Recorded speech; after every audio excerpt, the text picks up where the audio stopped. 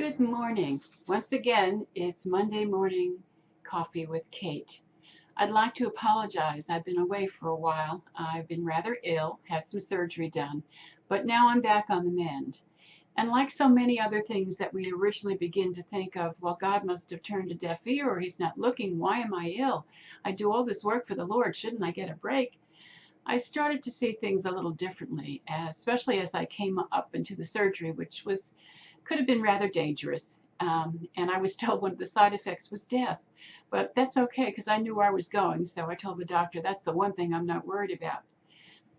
But it was interesting how God sometimes uses these little black holes in our lives, it seems, to awaken us to new understanding of his laws, his love, and how he can overcome any problem that we have.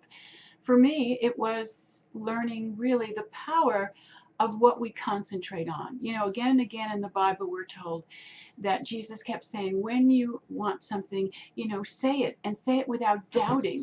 Say to that mountain, move, and it will, but you can't doubt in your heart. But I think what happens is a lot of times we say, well, we have faith to get through this.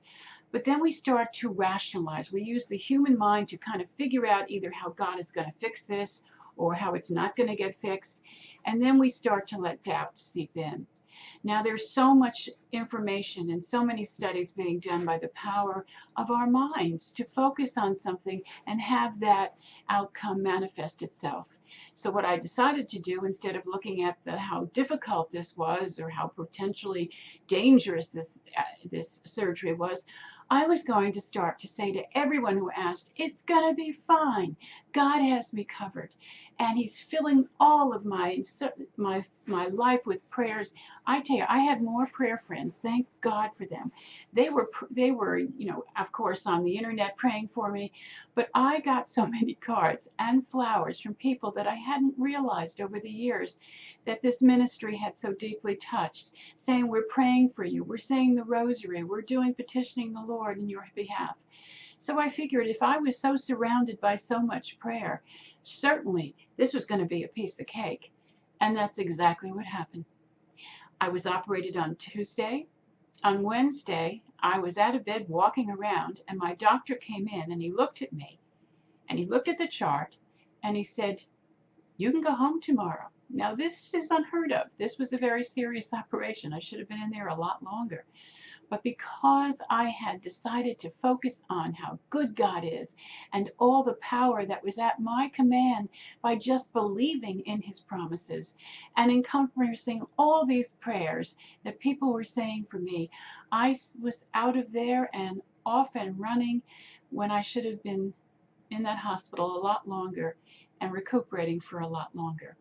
So again, when something hits you hard like this, don't think of how bad it is or the problems that it could bring to you or your family, but think about the wonderful testimony it will be to others when you tell them that regardless of the situation you're going through, God has a plan and God can work out all things for your good. So I'm back again and we'll be seeing you, I hope, again, barring my crazy schedule, of course, and to have coffee with Kate. And don't forget to pour a cup of coffee for the Lord in the morning. Talk to him. He so wants to hear from you, and be quiet after asking a question and just sit there very quietly in peace, and you will hear the answers that he speaks to your heart. God bless and have a fabulous week.